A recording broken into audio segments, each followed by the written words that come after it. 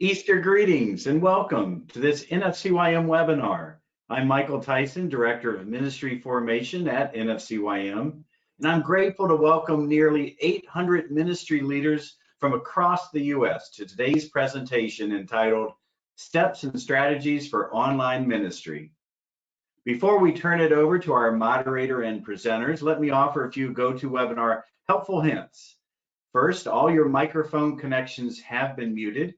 If you experience sound or viewing issues, it's usually connected to the quality of your internet connection locally and/or your computer's speaker default selection, as well as how many programs you or those around you might have running at this time.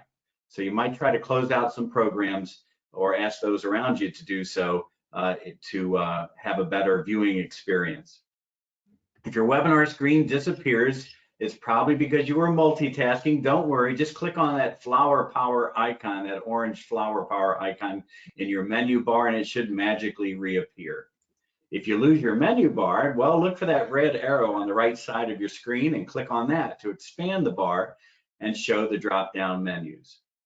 You can adjust the size of your screen as needed by clicking and dragging on the line between the camera view and the slide screen.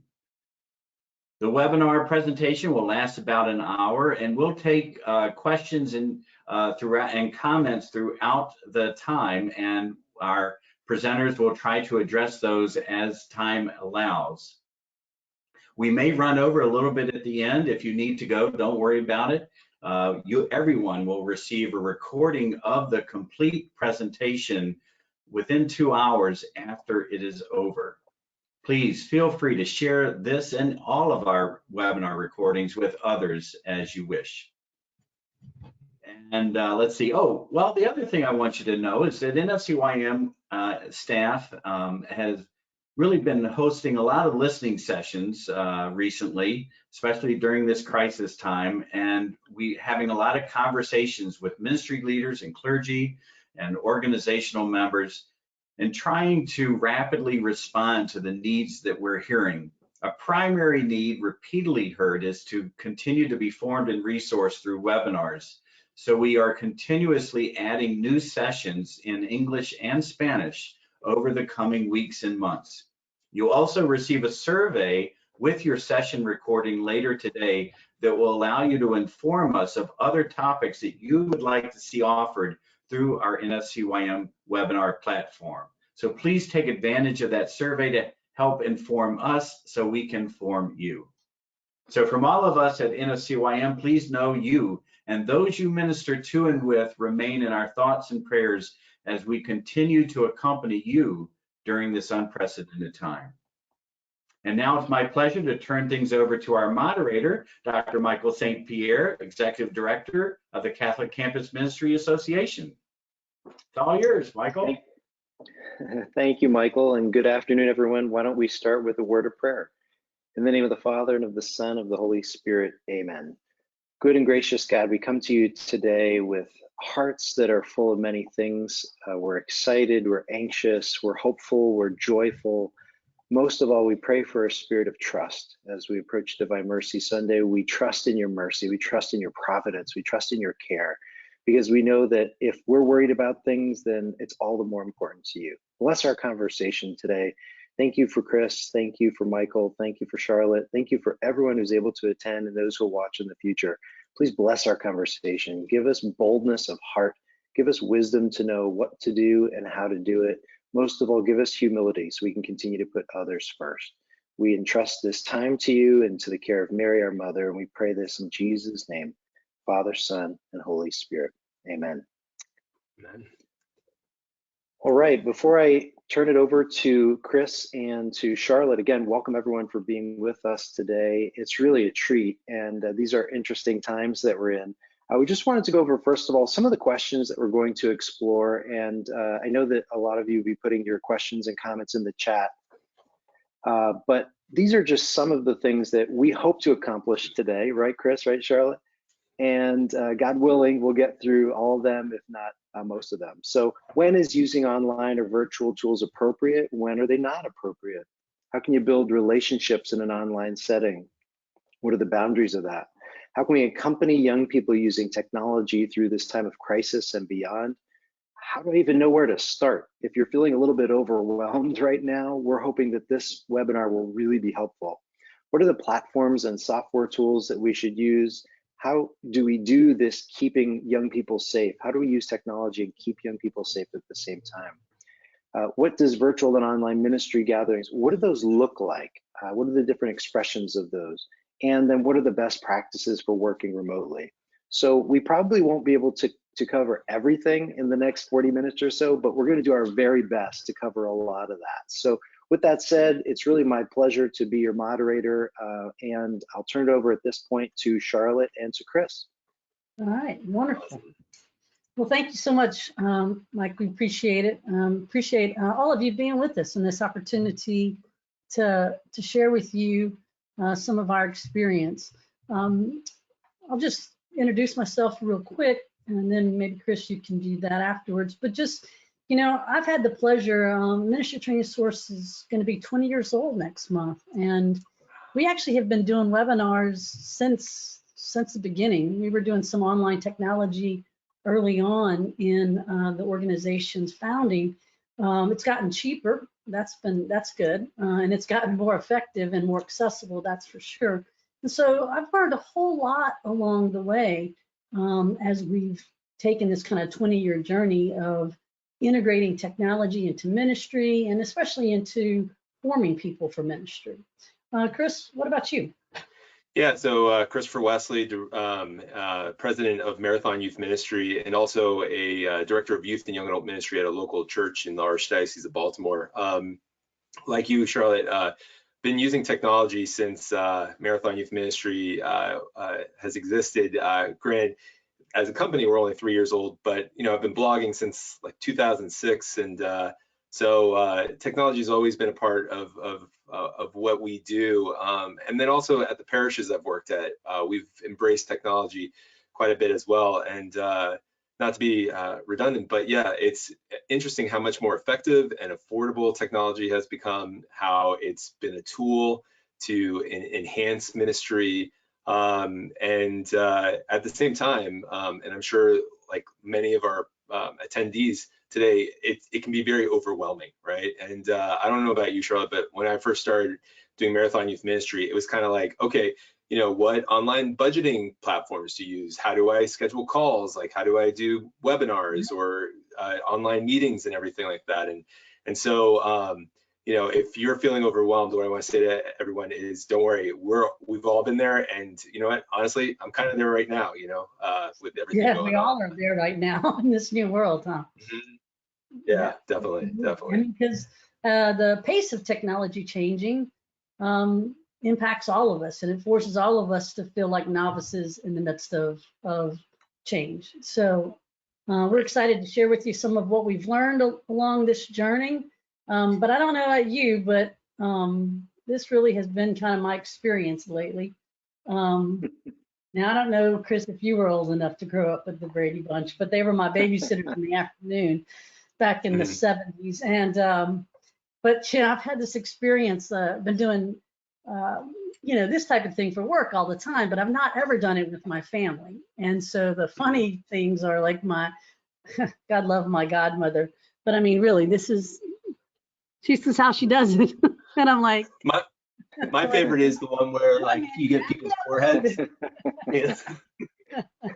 So you know, and navigating people who've never used this type of technology. I mean, it's not just our own novice, it's also the people. I mean, you know, if we're working with youth and young adults, yeah, maybe they have a lot more comfortability, but even for the youth and young adults we're working with, don't you think, Chris, that they're experiencing, because now they're having to learn completely online, and they're probably experiencing that same kind of stress and frustration that this kind of meme talks about?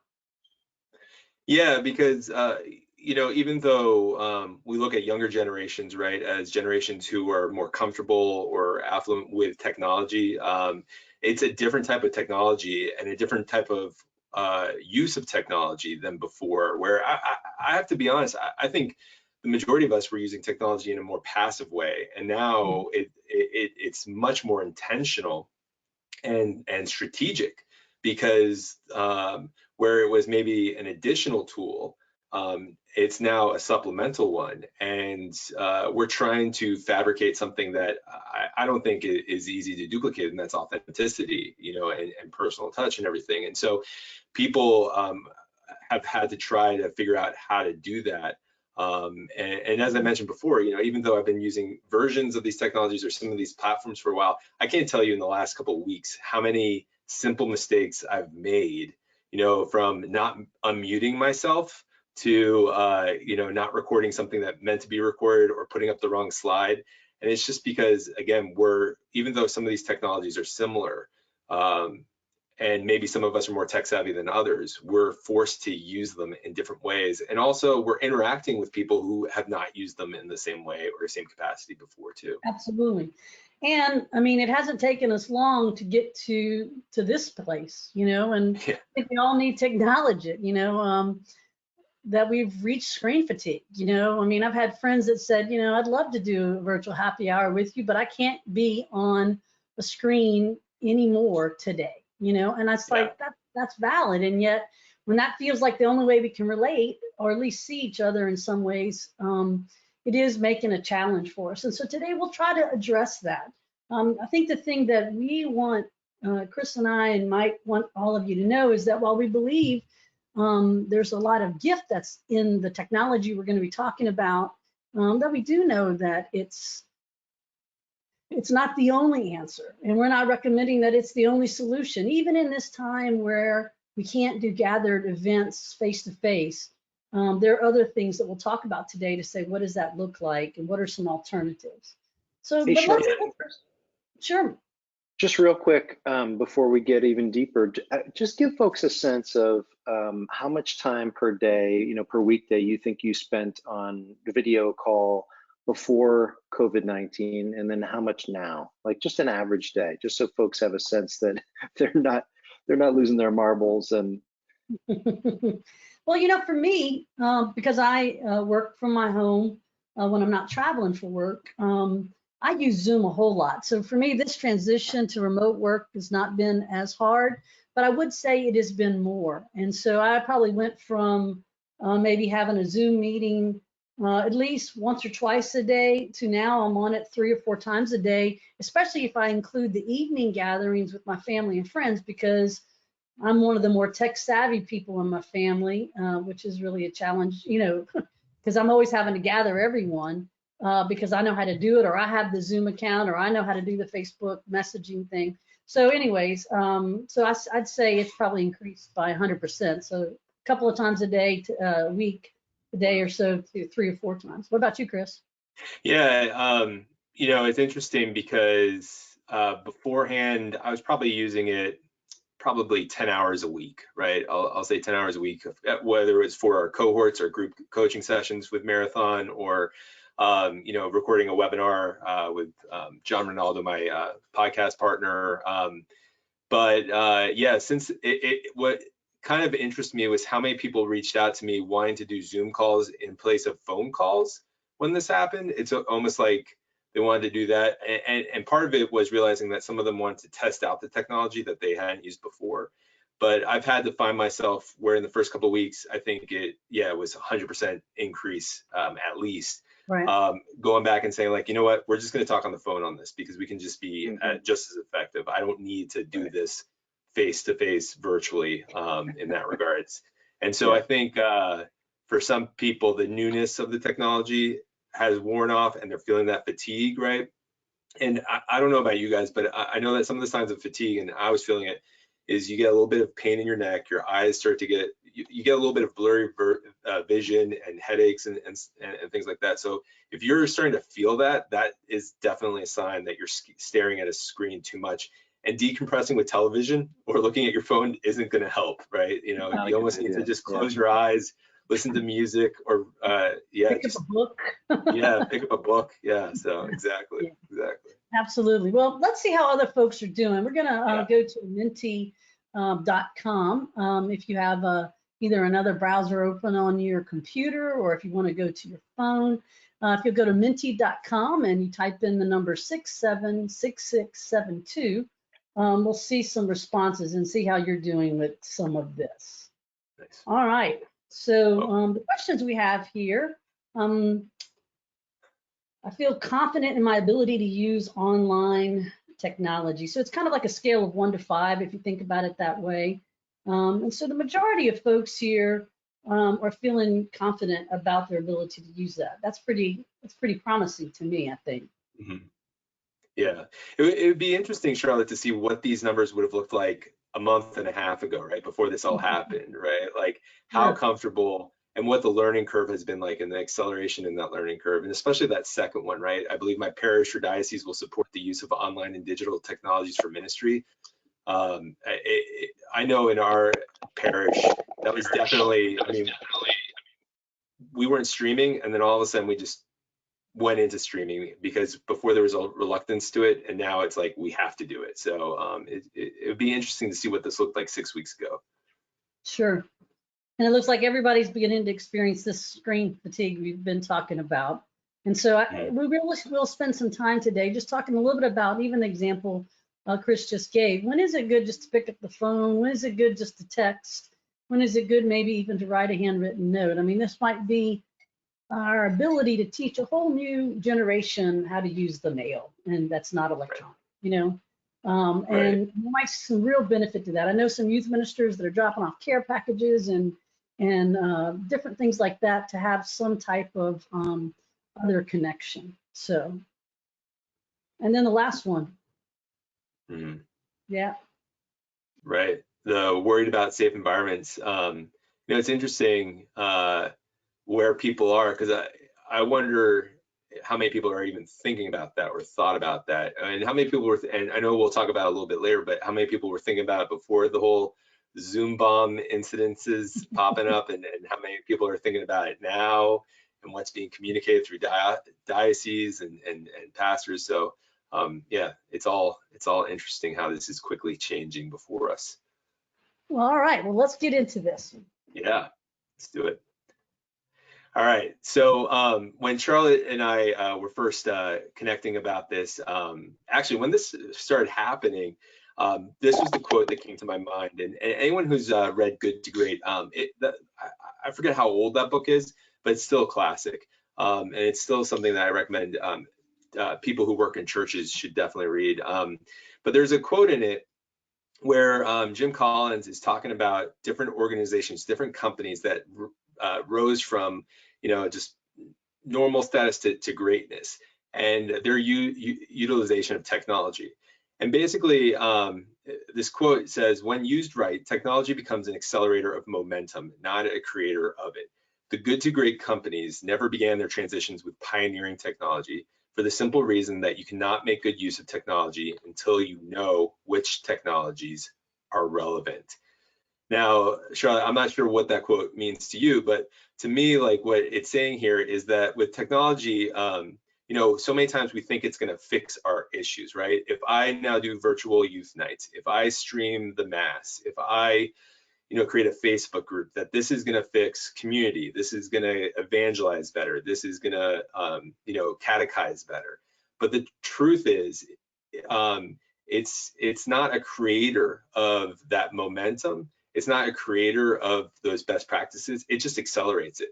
And one of the things that's mentioned in the book is that technology can accelerate you towards success, or it can accelerate you towards doom. And not to freak people out, but you know, before you start really engaging in different technological practices or softwares, and we'll talk a little bit more about this, I know, later on, you really have to look at, okay, you know, what were our programs, our structures, our community, our teamwork like before this all happened, before we had to engage in this technological world? And I think those are important questions that we as staffs, or with your volunteers, or even yourself, need to think about before signing up for an account or investing what could be thousands of dollars in certain technologies. So for me, yeah, when this when we started getting quarantined and stay-at-home orders and everything like that, this is the thing that came to my mind. When you look at it, what comes to mind, Charlotte? Yeah, you know, for me, and this was a rookie mistake I guess I made 20 years ago. As the technology started emerging, especially the learning technologies, I started looking at tools first before I started thinking about what I wanted to accomplish. I was like, we just got to help the church move online. And so I really considered that part of my original work and mission is how do I help people? I mean, it's kind of funny when I think back to 2000, people are like, there's no way you can teach theology and ministry formation online. And look, we're doing it with almost 500 people here today. You know what I mean? Right, and I was trying to convince them of it. But by 2005, some colleges and universities started offering online courses. By 2010, all of them had online degrees, most of them. So, you know, the rapid pace of change is really important, but I think it's the starting point for me. The mistake I made early on was, oh, this is cool, I'm going to have a blog, or oh, this is cool, I'm going to do this. I'm going to, you know, get a Twitter account. And I wasn't really thinking about always how I would, what purpose it served in my ministry. And I think that is probably the shift that I think we've seen happen as we've tried to integrate social media, especially into ministry, is to start to say, what is the purpose? And I think that's really true for me. And so just consider technology as the solution. I think you have to know the answer and the question first that you're trying to adapt. Charlotte and Chris, question, just, you know, we're getting some wonderful questions sent in via chat, but does this acceleration equal engagement, or is it just acceleration and just more of everything? No, no. In fact, I'll give you a perfect example. If you struggled to communicate and reach, you know, I heard that, I don't know if you guys heard this early on, but I heard a lot of youth ministers saying like, all right, I set up the virtual night and no one showed up. 2 kids showed up. And the question that I had was how many people were showing up to your physical meetings? You know, because like if people weren't showing up physically, yeah, there's obstacles like they're too busy or things like that. But if they don't have that relationship with you, it might just accelerate you to the answer that there's other things you have to address. But yeah, no, it won't, it doesn't mean engagement. Yeah. It really doesn't. We'll talk about some ways to engage, but just like we talked about in the last webinar that we did on COVID, Tom East made an excellent point that we'll talk about throughout our time together today, is you really need to let your prior relationship, as Chris just said, if they weren't coming to your meetings before, why would they start to come to them online? And how do you move them to that? Maybe you'd like to do that, but you might need to start with a different kind of relationship and action first before you do that. Speaking of the last webinar, I guess my opening comment, there's 2 of them. One, this is one thing I shared last time, is that this experience of COVID-19 is exposing many weaknesses in many areas, while at the same time, it's inspiring our collective resilience.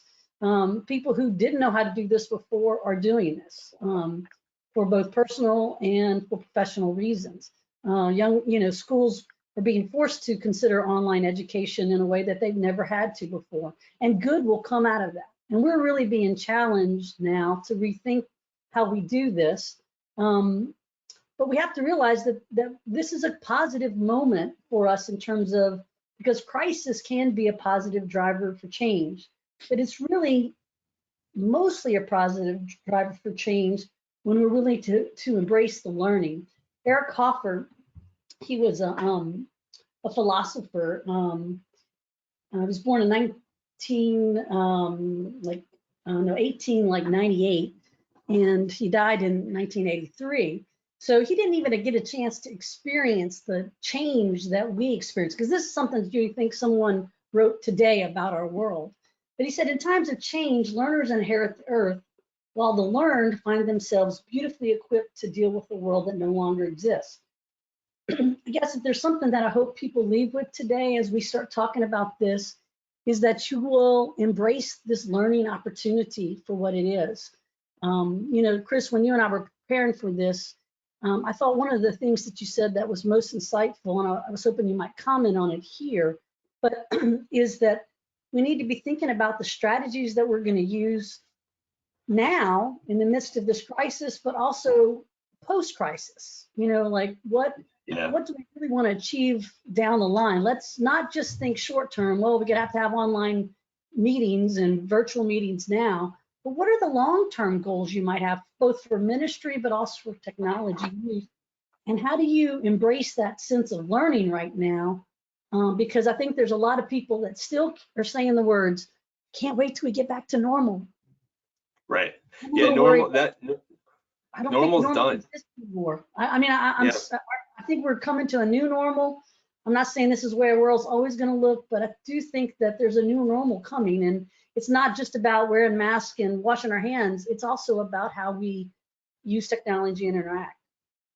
Well, yeah, I think it's a shame if we emerge from this and we're not different, like we need to emerge from this differently because God's calling us to emerge from this differently. It's definitely a different experience. And, it's interesting because I know some people might be like, well, all right, just give us the platforms. What tools should we be using? Like, what strategies we should be using? And this is where I guess what we're trying to say is like, we need to slow down first because we've been in this for a month and I really don't think it's going to be over within a month.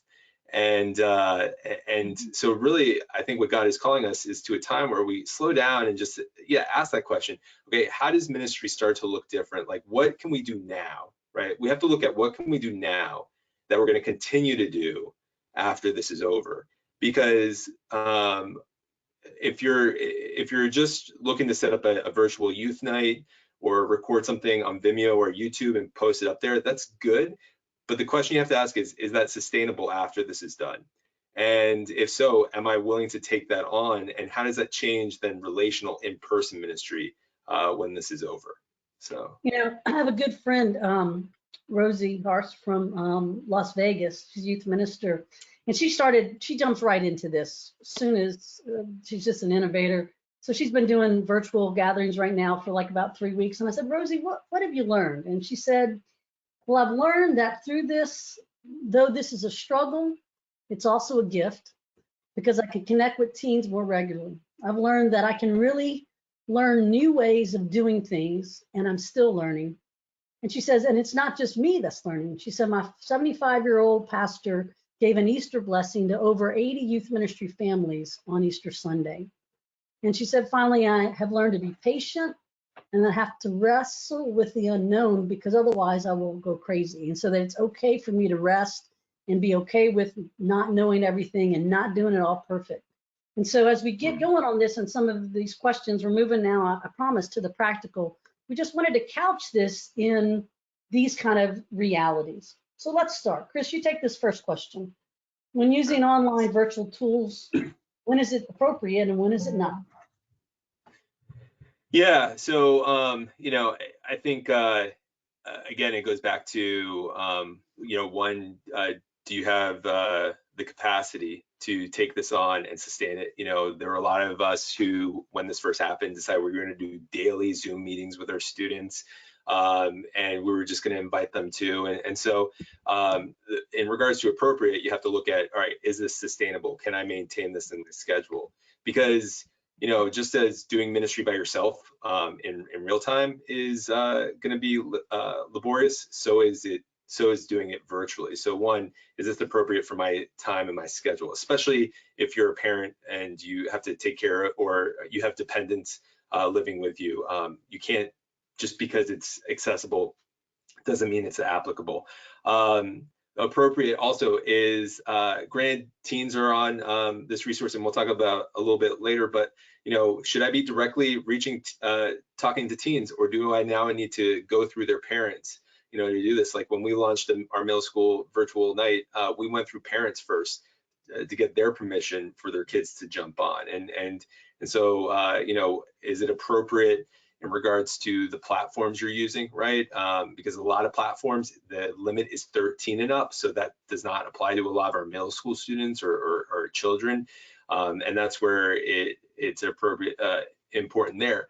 And then also, just kind of going back to my example before of just because it's available doesn't mean you need to use it, right? So don't sign up for the expensive software if you can still do it over the phone, right? Don't invest in all these different memberships if it's something you can still do at home, or mobilize your parishioners to do that as well. Yeah, when is using online virtual tools appropriate? I'd say you look at your schedule and its sustainability and responsibilities around that. You look at costs, is it realistic? Is this the most useful use of your church's finances? And then is there a better way of doing it? Like, yeah, a phone call, sending out a care package. You know what? That's going to probably actually be more impactful than doing a Zoom meeting with 1,000 kids. So those would be my 3 suggestions with answering that question. Yeah, for me, I think ministry has always been both gathered and non-gathered, and so I think the same thing is true here. And I think the question becomes, when is it best to do it in a non-gathered way? I'm gonna give you an example, an excellent example, actually, to be honest with you.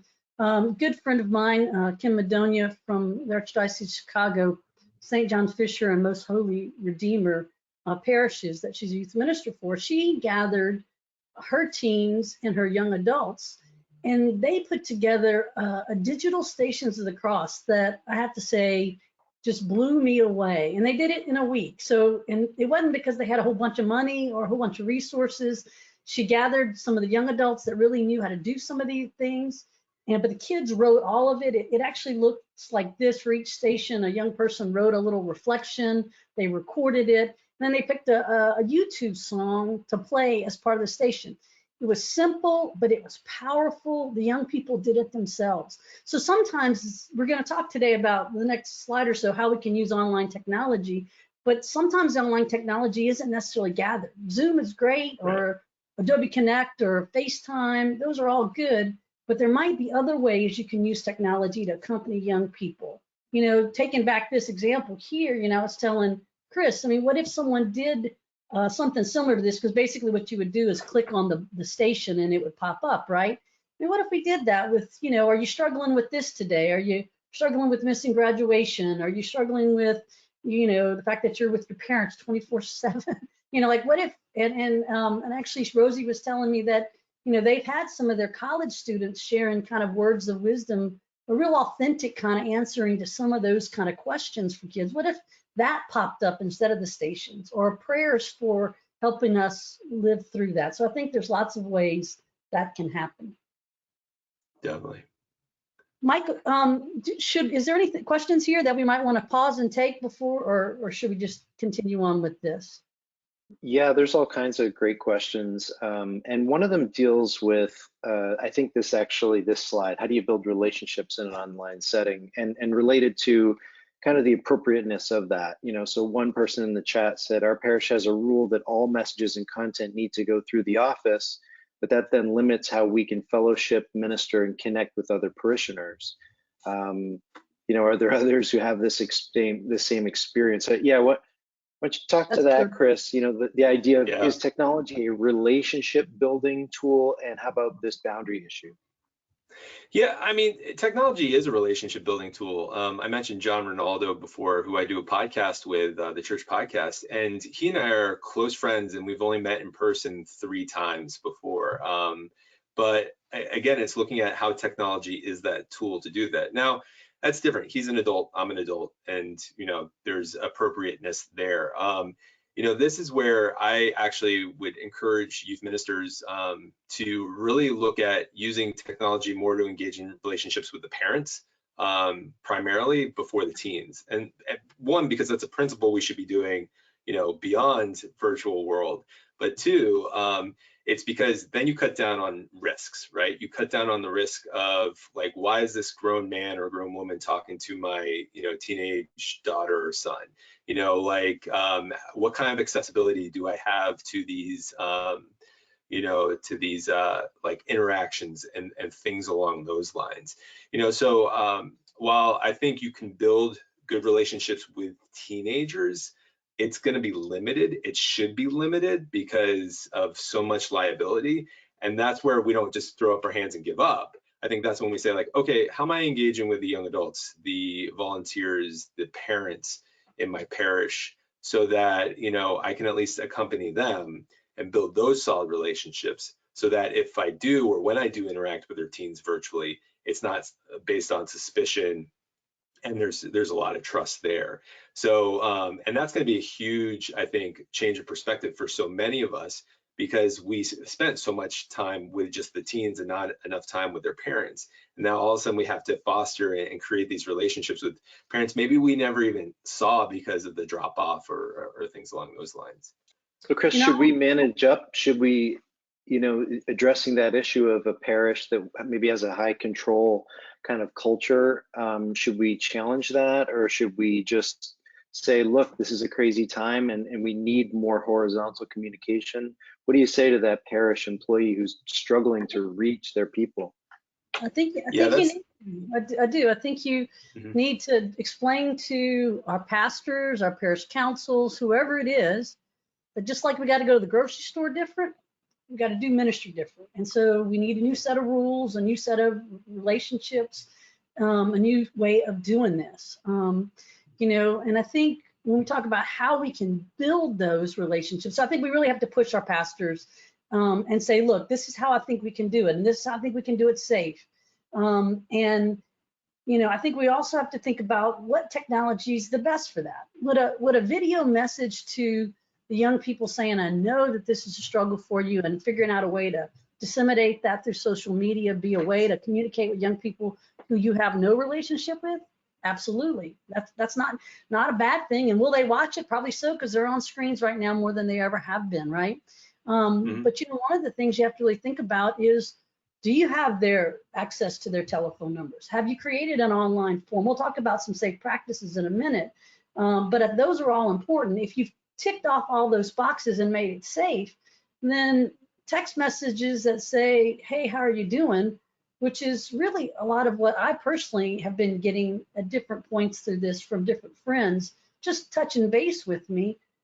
It's really deepened some of my relationships with some people who are just reaching out to check on me and see how things are going. So I do think it's possible to do that if we do it in a safe way.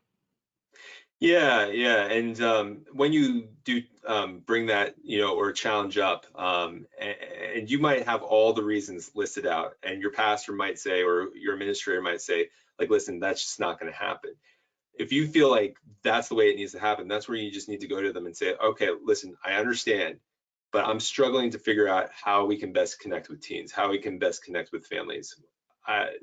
What wisdom do you have to offer? And so what you're doing is you're transferring the burden that you're feeling onto them, and you're bringing them along with that too, because we have to recognize the fact that, and I don't want to just say pastors, but there are a lot of people who are just fearful about entering into this world. And we've seen that already to the reaction of some of the technical faux pas or issues that have emerged because everything's been accelerated. So that's where we have to have those conversations and invite people to be a part of the solution to our questions and our problems. Look, let's get to some practical things here. So sure. Let's talk about these virtual gatherings and online gatherings that people are doing. I see some questions there in the chat about this. Someone was even asking, did I see something about it went off my screen, Mike, a virtual, about mass, attending mass virtually. How do we know if our kids are doing that? How can we encourage them to do that? And that sort of thing. Was there a question like that? Yeah, it was tracking. It was how do we ensure that our teens are going to mass, because when we see them, at church, we can physically see them, but how do we track them virtually to do that? Right. I'd say memorize their IP addresses. No, I'm just kidding. You could consider, one of the bullet points down at the bottom, you could consider doing a watch party with a mass. You could, let's watch it. Let's do it at the end. We're all going to talk about what the scriptures meant, or to us that day, or what the message that came from in the homily that touched me. I mean, I think to some extent, it is probably hard for them to make it a priority, especially if they were struggling with it before. But again, I feel like that's part of how we can build relationships. So they just have to be creative with that. Yeah, for me, talk to their parents. And their parents, and talk to the parents too. Just say like, hey, is your kid sitting down with you to stream mass? Like, what is that looking like too? So right. And kind of talking to them about how to do that in a way that is family oriented, right? Yeah. Charlotte and Chris, here's a question that's just a real practical one. I mean, a lot of people are using Zoom. Should we record everything? And what do we want to say about that?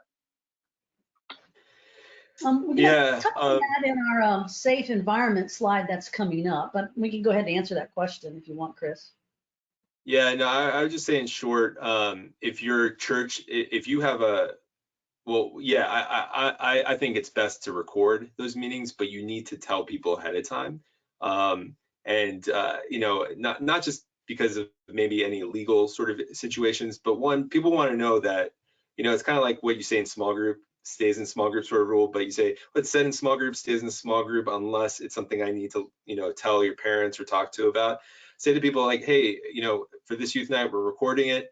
I just want to let you know that this is a place you can be vulnerable, but we're doing this, you know, just to, you know, make sure that if there's anything missed, that we can go back and review it. Yeah, and you can that's say it, a way let of, them know yeah. it's safe, right? We're just trying to create a safe space for you, but we won't necessarily put that recording out on social media for everyone to consume. You know what I mean? Right. Absolutely. So I think for me, identifying the purpose of it is the most important thing. Is it catechetical? Is it to just have some honest conversations with them about what's going on in their lives? I think those are the things that you really have to do. I know some youth ministers are just doing office hours on Zoom. They're saying, look, I'm going to be on at 3 o'clock on Mondays, Wednesdays, and Fridays for anybody that wants to come hang out with me, and we'll listen to some music and talk about what's going on in our lives. You know what I mean? So there are ways, I think you have to think about the purpose, because it's not a one size fits all when it comes to this. Yeah, no, definitely with the purpose. Size of gatherings, you know, I think actually if you can get to smaller, the better. That's where you have to start recruiting, you know, volunteers. Like if you have volunteers, catechists in your ministry, like how have you talked to them about using it? And, you know, Zoom and a couple of the other platforms out there have breakout or small group features. So, you know, maybe start as a large group, but then break into those small group opportunities there. You know, so I think staying small is going to help with the intimacy and the authenticity that comes along and goes with. It's the same thing in a physical youth ministry, right? Or in place one. Depends on what you want to get out of that. But then there's tons of fun things you can do. Like there's the point about tips for watch parties, right? Watch parties to, you know, watch a movie together. Maybe this is a great time to revisit with your middle school and high school students, something like, you know, Napoleon Dynamite. Do a watch party for something like that that's age appropriate, or do a trivia night with your young adults, you know, using Kahoot or even Google Forms, something along those lines. So don't be afraid to get creative, but if you want like authentic, if your goal is relationships, try to keep it small, and also look at different shared experiences that you can do as well. Yeah, absolutely. I guess the thing too is key is to think about who the audience is. You know, sometimes it can be all of the family. Sometimes maybe it's just adults, and that's a different conversation. And I do think this is a huge opportunity for youth ministry leaders to accompany parents in a, I mean, because they are needing help all across the board, you know, and so to accompany parents, I think this is our moment to do that. Parents are going to be even more eager, even though they'll be tired of the screen. If you'll be saying, we're going to be talking about how you as a family can walk on this journey, to pray together, to go to mass together. How can you make that something where you're not having to say, you know, at least you don't have to say, wake up, and you can just say, come down in your pajamas now, instead of having to say, get dressed in your church clothes. But I just think that's important. I would agree, though. Once you figure out the audience, you really need to think about that. When you think about large groups, though, like webinars, educational settings like this, some best practices include what you're seeing Chris and I and Mike doing right now. You don't want a talking head. Now, every now and then you get somebody that's awesome, you know, like Steve Agrisano, you know, just did a retreat for one of the dioceses that I work with, very similar to the retreat he did with NFCYM a while back, where he's just singing and playing and talking for about 20, 30 minutes or so. That was awesome, having just one person on the screen. But then after that, kind of move into more of a conversation, because people are going to multitask. They are going to be, you know, having distractions because there's so many things going on in our lives and we're all in a confined space. So I think you need to think about that. If you really want to do presentation, is to keep people's attention, you got to vary it up, you know, like, so one thing you can do is use things like that Mentimeter or Kahoot in the midst of one of those. So mash up these technologies together to create some engagement and interaction. If you're just doing a talking head for 30 or 40 minutes, you're going to lose them we're going to lose adults in that way. You know what I mean? So, you have to be thinking about that. Definitely. And I know we're going to talk about prayer online, but just real quick, I've seen watch parties on Facebook. Can you do watch parties in other places? And also a question, since a lot of young people are not on Facebook, how do we do watch parties? So Google Chrome has an extension for watch parties. With Zoom, you can do the shared screen feature and do that as well. So there are definitely other platforms out there for students to engage in as well. And if I were doing it, I would do it with something small. I wouldn't watch a whole movie. You know what I mean? I think we need to kind of dip our toe into it and give ourselves room. Tell folks, this might go nuts and may not work. And if it doesn't, then we're going to get rid of this and we're going to come back and just talk about stuff. I mean, so I think we have to say to folks up front, not done this before, but we want to try something new and different. I think that it would work. And I think it's a great opportunity to introduce a whole new generation to the original Star Wars trilogy by doing watch parties and talking about that. That's You just said start with something short though, Charlotte, but no, I just came with you. But, I know that people are looking at different platforms. And one thing that I'll make sure that we send out to is we put together a little infographic of different platforms besides Zoom, GoToMeetings, Webex, different things like that too. So, but there's a lot out there more than Zoom. So how do you pray online? Well, I mean, you can pray online by having structured formal prayer. You can lead prayer just like Mike did for us today, which was wonderful. There's just lots of ways that we can pray online. I think using music, using images are really important in that, giving you a focal point. Inviting young people or families especially maybe to have a little bit of a prayer space in their house, like we're going to pray now, everybody get their candle that they have and we're going to light that all together now. I think there's ways that we can encourage young people and use some of the symbols of our faith in that way.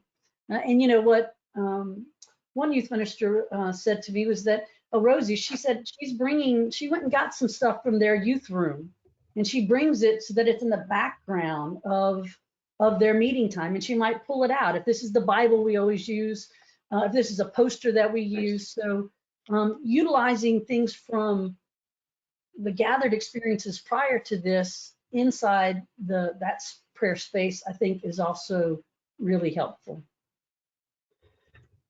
Yeah, so I know someone asked about the Google Watch Party. If you just Google Watch Party, you'll get the extension right away. So it's pretty simple as that. Do that. Yeah. So images are real important. Unsplash has tons of free images that you can use, Pixabay. So just, I think anything you're doing online with young people, inviting them to get to pick images that help capture something and have them share those as part of a conversation about where you saw God today. Images are a real good way to bring engagement and attention back. If it's just a talking head, if I put up a funny image like the Brady Bunch one that I just did that people can relate to, it brings it back to their experience. And when you bring it back to their experience, you recapture their attention, and now then you can begin to share with them again. You know what I mean? So especially with prayer, but also with teaching with young people, with adults, use good images to help make your point. Yeah, another platform I would add on there is Canva. That covers a lot of different areas, not just images, but and going off to something you were saying before, Charlotte, is a way of communicating with the students. We're looking at platforms that we can use to communicate to students, but think about ways that they can communicate to you. So one thing we just launched in our youth ministry the other day is a video making contest where I said, all right, here are 3 Bible stories. It was David and Goliath, Walls of Jericho, and Meshach, Shadrach, and Abednego. And we're like, go in your homes, use your siblings, your parents, create a video, send it to us, and we'll have a video making contest, based on that. Same thing with cards, right? We want to send out graduation cards, different things like that. So we have a card design contest, and that's a way of them using some of these online tools to share them with you. So don't feel like you as the youth minister or DRE or campus minister are the person responsible for generating the content. Another way of interacting with students safely is to have them generate content and share that with you on the church as well. Yeah, and so, and with the next question, right, what software platforms should I be using for virtual gatherings? We'll definitely have that tool out there. I think there's not enough time, right, to really dive into those things. But what I would suggest is, you know, the top ones that come to mind, or the ones that we've researched, are, you know, Zoom, GoToMeetings, Webex, Join Me, and Google Hangouts, right? Those are like top 5 that have appeared on a lot of different platforms and searches. All of them, I would say, before you jump into them, you know, most of them except for Join Me have breakout room features. They all have similar features and everything like that. But an important thing to look at too is the data sharing aspect. Now, if you're on Facebook, it's probably a moot point to look at their data sharing, because, you know, some of the social media platforms we've been using for a while already do that, right? But you know, it's important to do your research on that. But I would say that the 5 to look into that are affordable or more intuitive would be Zoom, Webex, Google Hangout, Join Me, and why am I blanking on the other one? Oh, GoTo, which we're on right now. But anyway, yeah. So yeah, definitely check those out for sure. And then I don't know, Charlotte, if you have another platform that you would use, but definitely recommend Canva for editing and graphic design. So. Right. You know, I think having a simple and easy to use video editing software that you feel comfortable with, or that someone on your team feels comfortable with, will be important. Some interaction softwares like Mentimeter or Kahoot. Databases. I mean, I think in a minute we're going to talk about where do you start, but I think one thing you have to start with is what do you know, I think this is going to, this event is going to force churches to look at their databases and to get them updated. And I think we're talking about these kind of online large events, but I know a lot of youth ministers that not only are doing office hours, but they're also using this as a way to expand one-on-one or 1-on-3 type ministry. So like a Calendly, I think is how it's Calendly. Yep. Yep. Something like that, and or Doodle. Like there might be some other tools like that that you want to look at and say, you know, like, look, I'd like to just spend 20 minutes just seeing how you and your family's doing. You know, these are the times I have free, fill this out and I'll set it up with you. Because to be honest with you, when you're doing a lot of these online things, you will consume half your day with scheduling appointments. So use software to help you do that in a more effective way. Because if you're doing it all back and forth through text or emails, you're going to get double booked and you're going to spend a lot more time. So those would be some of the ones that I would consider as well. Yeah, just to echo that, I mean, if you're struggling to reach out to or people to respond, the first thing you should be looking at is your database, right? If you don't have accurate information, it doesn't matter if you send them a card or, you know, a webinar link. They're just not going to be available. And I agree with Charlotte, like looking at those organizational tools, and not just for your time, but also, you know, looking at like how are you as a staff or with your volunteers, you know, collaborating and talking before you worry about creating any kind of program, virtual programming for the teens. Look at how you guys as a staff are organized, communicating and collaborating on this, because if, again, you go into the world just creating these virtual programs or these different initiatives, as the earlier quote said, you're going to accelerate yourself, and you're going to accelerate yourself into maybe something that you can't handle, that's maybe not sustainable. So look at what's relevant before you start jumping into it. So we're going to move on next to safe environment questions, Mike, but I was wondering if there are any other questions around these platforms or around virtual gatherings that we might want to address before we move on to the safe environment piece. Yeah, here's a question. If Mass is being live streamed on Facebook, is there a way to copy and paste it into emails or text to those who are not on Facebook?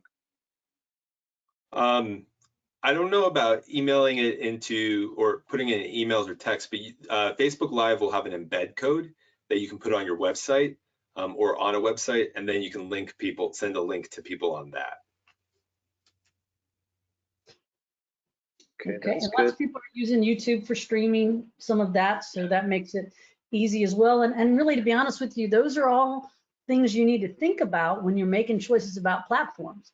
Facebook's got a lot of great features, but if young people aren't on there and we know they're not, it doesn't really help. Right. But we know they're on YouTube.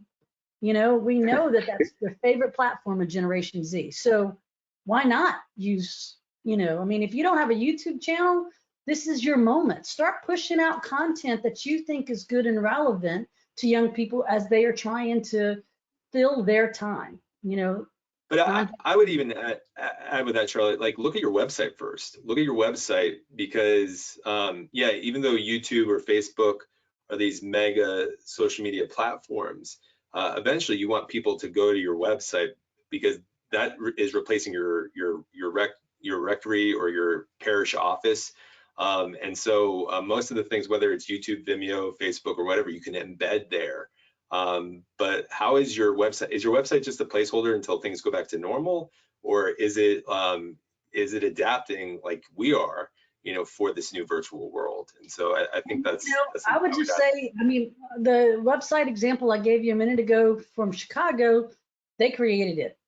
Because they didn't have it in that way, and so right. The youth minister just got in there and said, let's build one for our purposes now and in the future, thinking both ways. Yeah. And so this may be a time for you to learn that or to find someone that is, if you're looking for a place to do that. And recognize that some of these softwares like Zoom, you can live stream from Zoom straight into YouTube.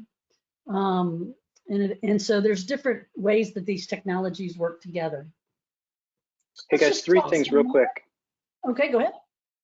Yeah, just real quick. I just want to echo what Chris said about, you know, your outreach is as good as your list. And so this is really, in my mind, this time is not about, ooh, let's be really clever and learn new technology. It's let's care for the young people in our who've been entrusted to us, and we have an obligation to them. And so these are just tools we can use. Two little questions. One is, does YouTube streaming have a minimum number requirement? I've heard yes and no. Love to get your thoughts on that. And then second, how have you seen Instagram used effectively? I can chime in on that. I've seen a number of campuses who are using Instagram TV for daily prayer moments, and they're using different students with that. But you want to comment on either Instagram or YouTube streaming? Yeah, YouTube is free if you are using anything but a mobile device. The whole, I think 1,000 subscribers or like a fee to it is only if you're trying to do it mobily or you're trying to advertise on it. So you can stream using a web camera or connected to your computer on that. Because I know there were a lot of people going online saying like, subscribe to our YouTube channel, we need 1,000. Like, you don't need that. You can just do that from that case. The other platforms too have basic packages as well, but YouTube's free, Facebook's free in those regards. With Instagram, yeah, I mean, just the Instagram TV, I've seen the same thing, Mike. Also, stories, you know, we started doing a Q&A form that we created on Google Forms, and, you know, once a week, if we have questions, we'll answer that on Instagram story. We make sure that we pre-plan and say like, all right, we'll be on at this time, or, you know, for Instagram TV or doing a story. If you want something a little bit more passive, you just put it on your feed. So, yeah. Hey, so Charlotte and Chris, we're coming up on just a couple minutes left here. And what we want to say is if folks have to jump off, totally fine. It's 2:59 Eastern time. But Chris and Charlotte, are you okay with staying on a little bit longer? Yeah, we'll probably go another 15 minutes if that's okay with folks. Because we want to get to some of your specific questions if we can, so we're going to come back to it. But just we want to highlight real quick, safe environment. It's not really any different. I shouldn't say it's not any different. Chris, can you go ahead? Yeah, with safe environment, yeah, as Charlotte was saying, it's not any different. Someone had mentioned the 2 deep rule. Why do we need to record it and everything like that? It's because you know, we're entering into such a new environment. You know, it's kind of like anytime you're entering into a new environment, you want to make sure you do the research, right? And so, you know, as these points are here, rule 3, it's better to have 2 adults present when meeting with youth online. Even if you plan on recording, make sure that there's another adult on there. And I agree, disable that screen share, especially for young people. You want to go through parents, let parents know so that they're not walking into the kid's room and the kid's on the phone with you, who they maybe never met, or maybe they don't recognize you or something like that. Like, you just don't want to have them go through that sort of situation. When you're meeting, you know, like, high suggestion, don't meet in your bedroom. All right, don't meet, definitely not the bathroom, but not in your bedroom, but in a place that's professional, or you know, somewhat professional. I'm saying that with a TIE fighter in the background, but this is our little office / playroom. You know, this is an appropriate environment, so make sure that it's there. Encourage students or encourage parents to have the kids do this, you know, while they're present. Like, invite parents to be a part of some of those virtual nights, not necessarily sitting there, but sitting in the room so that they can hear it as well. Make sure that you are, you know, setting some ground rules before you begin, not just for safety, you know, precautions, but also to keep, to prevent any chaos from happening. You know, one thing that we tell all of our students is when you come in, you're muted, right? And at any point, I can mute you all, you know, and that's just a way of doing that. Disable private chats so you don't allow you know, bullying to happen there as well. And again, you know, offer those gatherings for parents, and invite parents either to just at least witness or be present in the room while you're ministering to their kids, or also create similar experiences for parents so that they can get used to the technology as well. You don't want people rejecting technology because they've never used it. So you have the ability, if you're going to use it with their teens, to invite parents to be a part of it as well. I know I did see one question about what to do about the fact that some parents don't speak English. And so I do think in these times, it challenges us to make sure we find someone that can help us with that.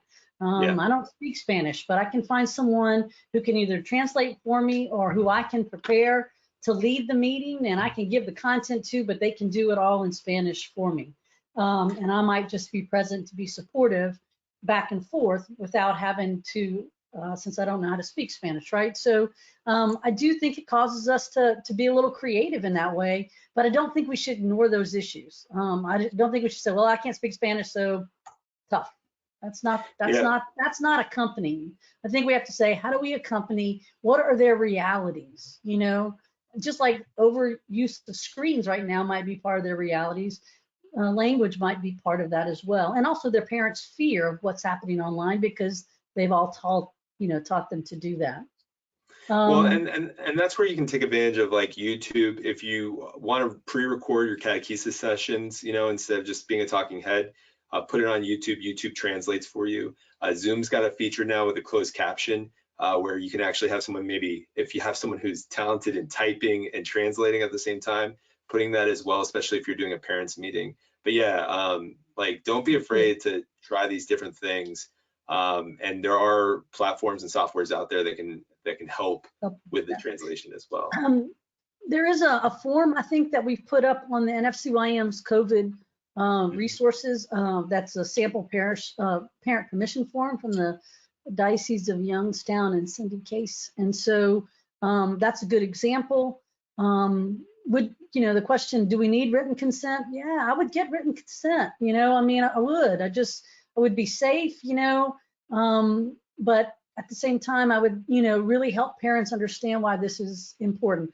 I don't think at this point we have to sell it to them quite as much as we used to, because they're seeing their kids learn online, they're understanding it. And to be honest with you, some of them are going, please take them for a little while, give me a break, go do.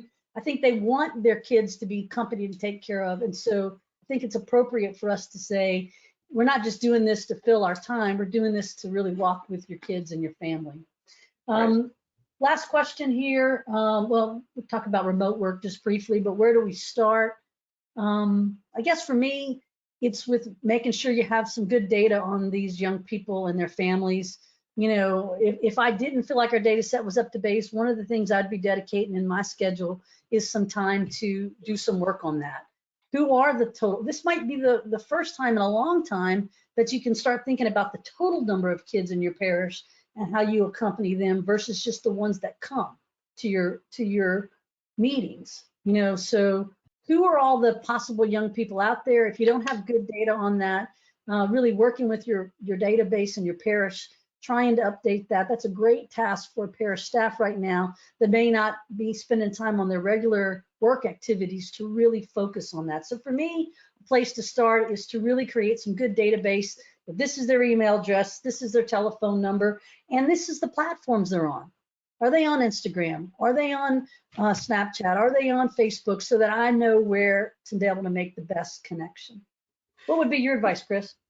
Yeah, I think from a technological standpoint, database, but from I think actually what I would put first is your schedule. Because one of the hard parts is we don't have to get in a car to drive to work anymore.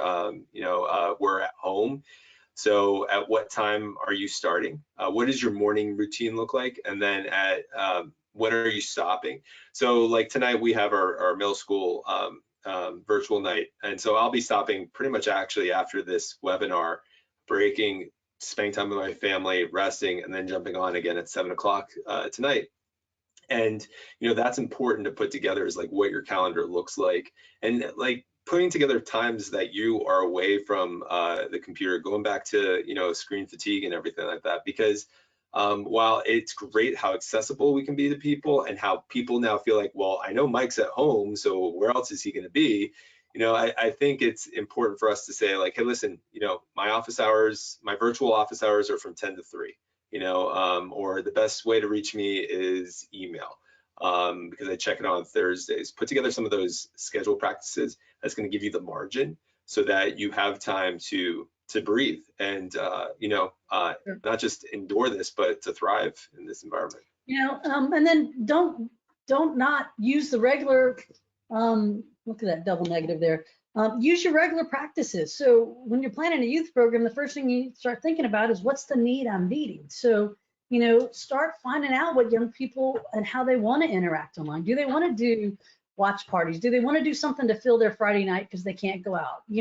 Typically maybe Friday night's not a ministry night, but it could be right now. So, Right. And just for fun stuff, so I think that's something to consider. And finally, just some best practices. Chris was beginning to hint to those, but I just want to say that the most important thing is to over communicate in both directions. Sometimes you feel like, oh my God, I'm getting so much information, but you need to be telling your pastor, this is, especially if you're employed by the church, but even if you're not, if you're a volunteer, this is what I'm doing it, this is how I'm doing it, this is why I'm doing it, so that they understand. And then the same thing, over communicate with parents so that they know what's going on. That's a key best practice. Chris mentioned boundaries. That's really important, and you can set those boundaries, and so you need to. Designated workspace we've talked about, but this is also like the last two types of things I just want to say is, what do you want to learn?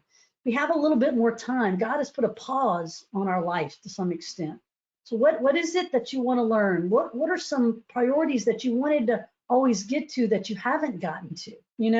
Why not gather young people and start talking about, what do y'all want to do when we can actually see each other again? Let's plan for the future in these virtual ways, so there might be some things like that you might want to begin to think about. And how do you use this kind of gift of time, even though it might feel like, what are you talking about, Charlotte? I feel like I'm more busy than ever. If you're having that feeling, it's because you're not setting good boundaries. Mm-hmm. Hey, Chris and Charlotte, here's a question. I mean, with so many Zoom calls, what do you both do just to keep yourself physically active? I mean, do you, after every call, go for a walk around the block, or just, practically speaking, I mean, I'm seeing it myself where I'm looking in the mirror saying, uh-oh, this could be a problem, but what do you guys recommend just for physically staying active at this time? Yeah, if you can get outside, I think that's the biggest thing, whether it's a walk or a run. I've been running, shorter runs actually. I used to run longer distances, but now it's just like, just a short 20-minute, 30-minute like jog or walk around the block, just to sort of breathe. That's part of my morning routine. The other thing, which I got really excited when you asked the question, because I just posted this on Instagram today, is I've really gotten into bread making. And so the new member of our house is our sourdough starter, which is like having a pet, called Bula.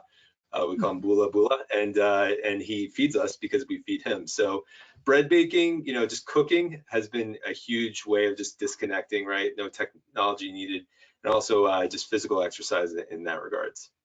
Absolutely. I mean, I've been doing a lot of yoga online, but really only with people I feel comfortable doing that with online. Actually, I kind of like it more because I can turn off my camera.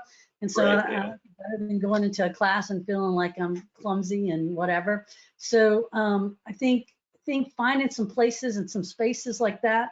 And, I'm really taking care of myself. Sometimes I'll go on a walk, but I'll go on a walk with a person. Mm-hmm. Talking in my ear, but I'm going to walk and someone I want to connect with. I've kind of made a plan of who's someone I want to connect with every day. Somebody, I've got a lot of different relationships, and I really hadn't thought about that until this event in our lives. I hadn't, because I just saw them or I just had a chance to interact with them. So I kind of took those relationships for granted. For me, not taking those relationships for granted anymore and being intentional about that. So I usually go on walks with people when I'm by myself.